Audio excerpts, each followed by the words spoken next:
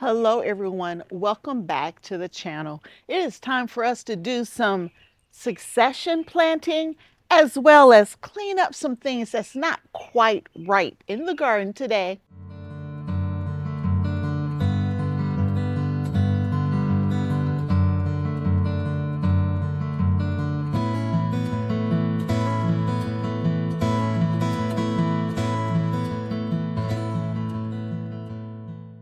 Hello everyone, my name is Kim and I garden in my backyard and on my patio, and we are going to work on some succession planting. I pulled up 2 squares of radish just yesterday, and with the square foot garden method, which is what I try to follow as much as possible, you never want an empty square. So we are going to replant these 2 squares right here, and we're going to clean up where germination wasn't so great in a couple places. So let me show you. So these are the 2 spaces that we cleaned up where I had radishes in there, and we have taken those in the house and we will be enjoying those over the next couple of weeks. So we're going to succession plant those 2 squares, and then these next 2 squares had carrots in them, and if you can see here, it's kind of spotty. There are a lot of empty spots in these squares. Now, to be perfectly honest, I believe they're empty spots because the squirrels dug them up. But nonetheless, there's some empty spots that we need to take care of.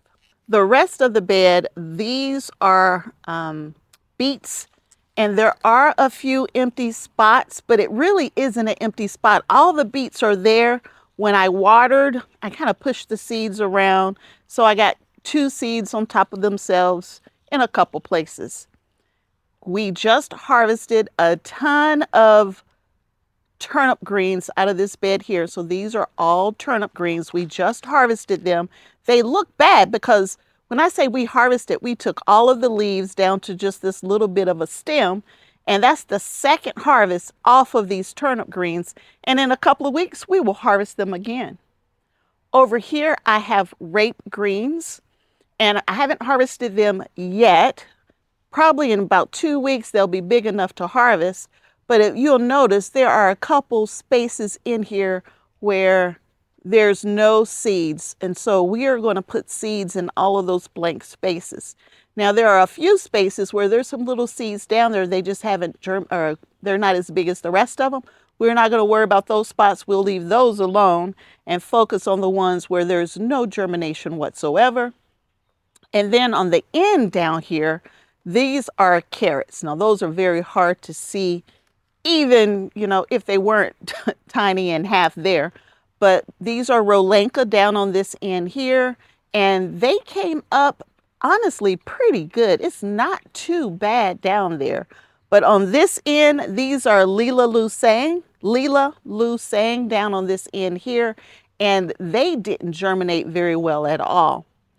Now, for this particular area, I guess what I should say is for this particular bed, I didn't use the square foot garden method. I just used broadcasting. So I just generally spread the seeds out and hoped and prayed that it was evenly done. Hence, you see all of the blank spots in these beds here. I did the same thing with the carrots on this side. So we're going to just try to fill in the empty spots on this bed. But for this bed over here, we will continue to use the square foot garden method. So that means I get to put in whatever I'm going to plant in that square. One of the squares we're going to put in radish. That means I get to put in 16 radish. And in the other square, we're going to put in bok choy. So before we work on succession planting, let's go ahead and take care of those bare spots. Okay, let's get these taken care of, y'all. So we're going to start down here on the end. I'm looking at these Rolankas, and y'all, I don't think I'm going to mess with them. They're so tiny, and they're a little close together in some places. There aren't really that many gaps for them. So we're not going to worry about them in this spot, but we got a spot over there to worry about. For the Lila Lusang, and here's a picture, by the way, of Rolanka, and also here's a picture of the Lila Lusang. These are purple with those orange centers. And y'all, I really want to grow these. I really want to grow them bad. But they did not germinate very well. And again, when it comes to carrots, y'all, it's probably my fault. I don't keep the soil as moist as I should. And I know this. One day I will pay attention and do it the way I think I should be doing it. But for now, we're going to do the best we can with the time that we have. We got that one taken care of. Now I'm going to need to come back and put some soil on top of these seeds. So I can't forget to do that, but I want to get the whole bed laid out before I add the soil. The next thing that we need to add to this bed here are our rape greens. And I am so ready to have a whole bunch of these, y'all. I need these to germinate and fill out because I want to put a ton of these away. I mean, I really want to put a whole bunch away for the winter. We absolutely love them. And now that I actually have them, we want to make sure that we get a good harvest this year. All right, so I just needed to do around the edges here and right in the front there. And other than that, I think we are good. I'm trying to give them plenty of room. Put a little bit across the front here. I want to make sure they got plenty of room to grow. So that's an important piece. If you get them too close together, they won't get big enough. So you got to give them enough room to kind of spread out, if you know what I mean. So now let me go grab a little bit of soil, and we're going to put some soil on half of the carrots right here, and then just around the front edges and the back edge, and this bed will be taken care of. All right, so I am using Happy Frog, and I'm just going to lightly spread the soil on top of the area where I think I put the seeds. I don't want to mess up any of the Relenka down there on the end. That's my best storage carrot. I got it planted in several places throughout the garden. When I first put this bed in right here, y'all, check this out. Mom says, I don't like that bed. I don't like it. But now she's the only one who harvests vegetables out of this bed. She says, I don't mind harvesting. I don't have to bend my back. I can just choop, done and put it away and cook it or whatever. So now this is her favorite style of growing vegetables because it's waist high and it's growing a ton of food for us. Now this is the smaller of the two beds. This bed right here is only 1.5 feet wide and I think 5 feet long, maybe 5.5 feet long, something like that. Where the one right next to it is a little bigger.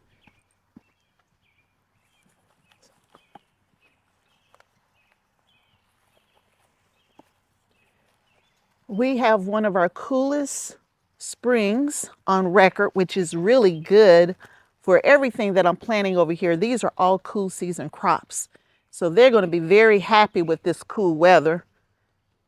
And me too, that we're actually having a spring for once. So again, 1.5 feet wide, I think it's 5 feet long. I don't even think it's 5.5, it might be 5. And I'm treating this as if it's only 1 foot wide if I was using the square foot garden method. But since I'm not using it and I'm just broadcasting, we're filling in the blanks. And now this bed is done. And now let's move over and fill in those empty spots on this larger bed. And I'll tell you about it as well.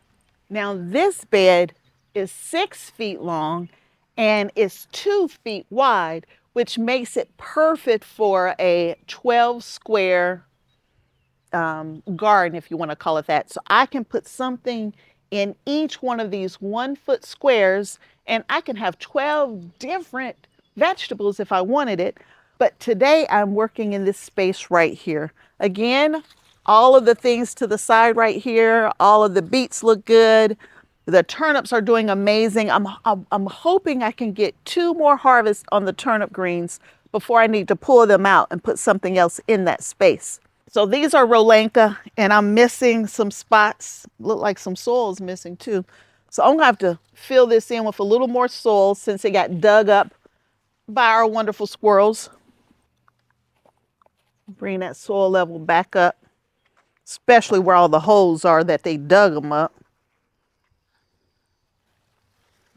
Now over here, I did use the square foot garden method, but again, everything got tore up and everything. So for today, what I'm going to do is just broadcast the seeds for both of these squares. This is Rolanka right here. I've already showed you a picture of Rolanka. And then in this second spot, in this spot right here, y'all, I don't know what it was. I can't find the label for that at all. And there's only like 5 plants that's left in that space. So what I'm going to do is put another carrot or a carrot in that spot. It could be a different carrot, I'm not sure, but I've already got the label made up for it. And the name of this carrot is Shin Kuroda or something like that. Here's a picture of it. It is part of my seed bundle that I have with GreenStalk. And so we're going to do those and fill in the blanks. And we're going to fill in the blanks on this Rolanka. If I was using the square foot garden method, when it comes to carrots, you can put 16 carrots per square. And they actually have this seeding square that you can purchase and use it. And on it has all the different colors, and you could just put the square down and fill it in by whatever color code you need for the vegetable that you're growing. I've been doing it for a while now, and I kind of just eyeball it. But if you're new to gardening, maybe the seed square is good for you, especially if you're not sure how close to plant your seeds. And if you like me, where you don't get great germination with carrots, I like to overseed my carrots just because I don't get good germination because I don't do a good job taking care of those seeds. Well, you could also wonder if it's okay to do what I'm doing because these carrots will be ready and the other ones won't be ready yet. And I believe this is perfectly okay because when you harvest, you can harvest 1 carrot at a time. You don't have to harvest the whole square. So I could harvest this 1 carrot when it's all happy and ready to go and let the other ones keep growing. So from a carrot standpoint, I don't believe this is an issue. And I don't believe it's an issue from a green standpoint either, because while I'm harvesting the greens that are ready now, those can still be growing underneath and it'll come around and it'll be the succession plan for greens. Now, let's get these Rolanka seeds out my pocket. Y'all, I spilled my Rolanka seeds. Y'all should have seen me, y'all. I was on the ground trying to pick my seeds up. Yes, I was. As if I don't have 1,000 of them. I sure was. I was on the ground trying to pick up as many as I could. This pack has completely had it. But I'm still trying to hold on to it, y'all. I'm trying to hold on.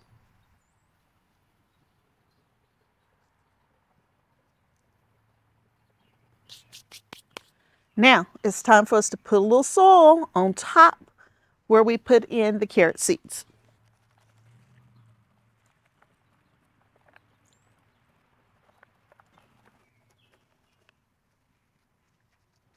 Now, y'all, we get to play in these 2 squares right here. I'm super, super excited about these 2 squares. Now, what we're gonna do in these 2 squares, for one of them, y'all, we're not gonna get fancy. We're gonna put some more of these cherry bell radishes back in. Here's a picture of cherry bell, and y'all, I thought I didn't like radish, and I've planted radish for years now, and I've always just given them away. I mean, I did preserve some, but they sit in my cabinet, in my pantry for years. I never ate them. But y'all, I've been missing out. These radishes are delicious. So we are going to use the square foot method on both of these squares. So the first thing we want to do is prepare these squares. So I'm going to bring a little more soil in.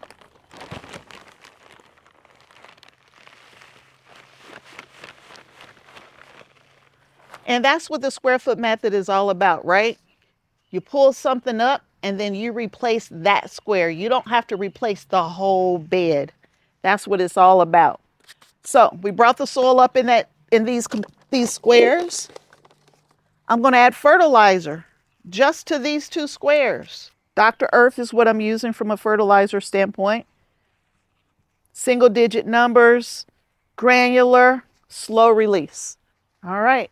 Now these 2 squares are ready to receive whatever it is we're going to put in. And using the square foot garden method, because that's what we're going to use,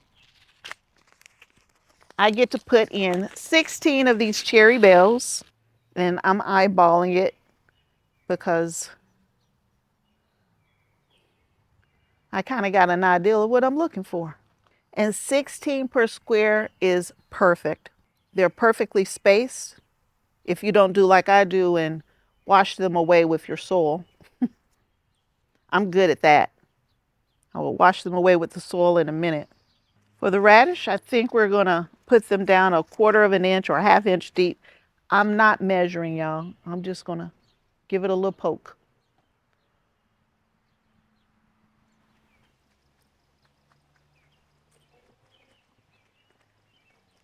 The radish is in, and now we are going to add this beautiful baby little bok choy. Here's a picture. I don't know why I'm trying to show it to you. It's a teeny little bok choy. It's extra dwarf, it's tiny, it's small, and I can put 9 of these per square. I probably could put more than that since they're so small, because when you think about the square foot garden method, they're thinking a standard size bok choy, not a dwarf size bok choy. So I might put them just a little closer together since I know they are dwarf size. Even the little seeds are tiny compared to most brassica seeds. Because they are so tiny, I'm not going to try to poke it down to the right depth. Instead, guess what? I'm going to bring some more soil over versus trying to push it down to the right depth. I'm going to take my big green scoop and scoop the soil in.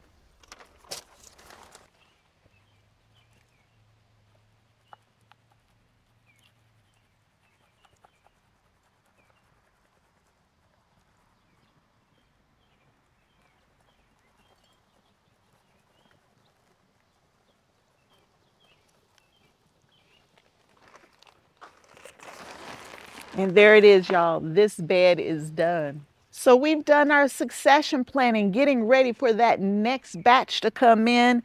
We cleaned up a couple bare spots.